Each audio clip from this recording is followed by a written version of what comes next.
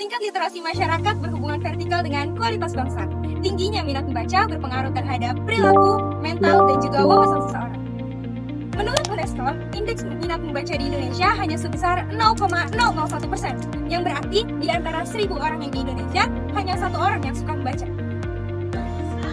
Sementara itu, Indonesia digadang-gadang akan mencapai kebangkitan keduanya setelah 100 tahun merdeka, yaitu pada tahun 2045. Namun, isu rendahnya literasi ini menjadi ancaman bagi cita-cita bangsa.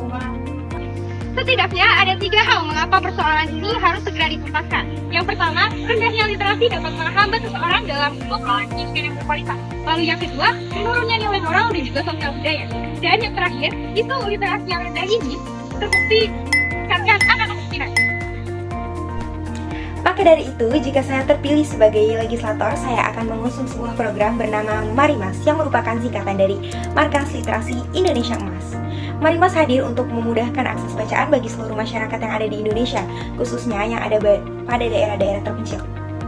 Marimas akan diadakan di setiap kecamatan dan akan dikelola langsung oleh warga negara Indonesia berusia produktif yang memiliki minat pada bidang tersebut dalam pengawasan DPR.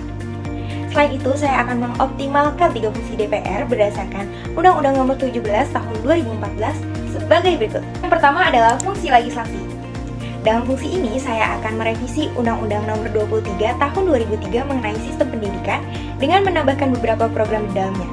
Yang pertama yaitu program mewajibkan setiap siswa di seluruh jenjang mulai dari TK hingga SMA sederajat untuk membiasakan kegiatan 30 menit membaca sebelum jam belajar mengajar dimulai.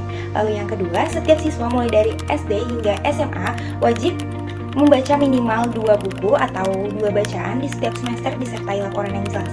Lalu yang ketiga, setiap sekolah harus mengadakan kegiatan bercerita oleh siswa-siswinya berdasarkan pengalaman mereka masing-masing. Kegiatan ini dilakukan secara teratur, terencana, dan terorganisir. Lalu yang kedua adalah fungsi anggaran.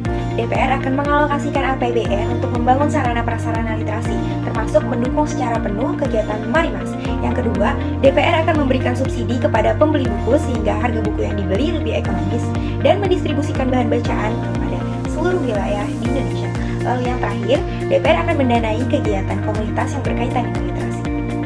Yang ketiga adalah fungsi pengawasan. DPR bersama Kemendikbud akan mengawasi pelaksanaan Marimas dan program-program baru yang telah diusung.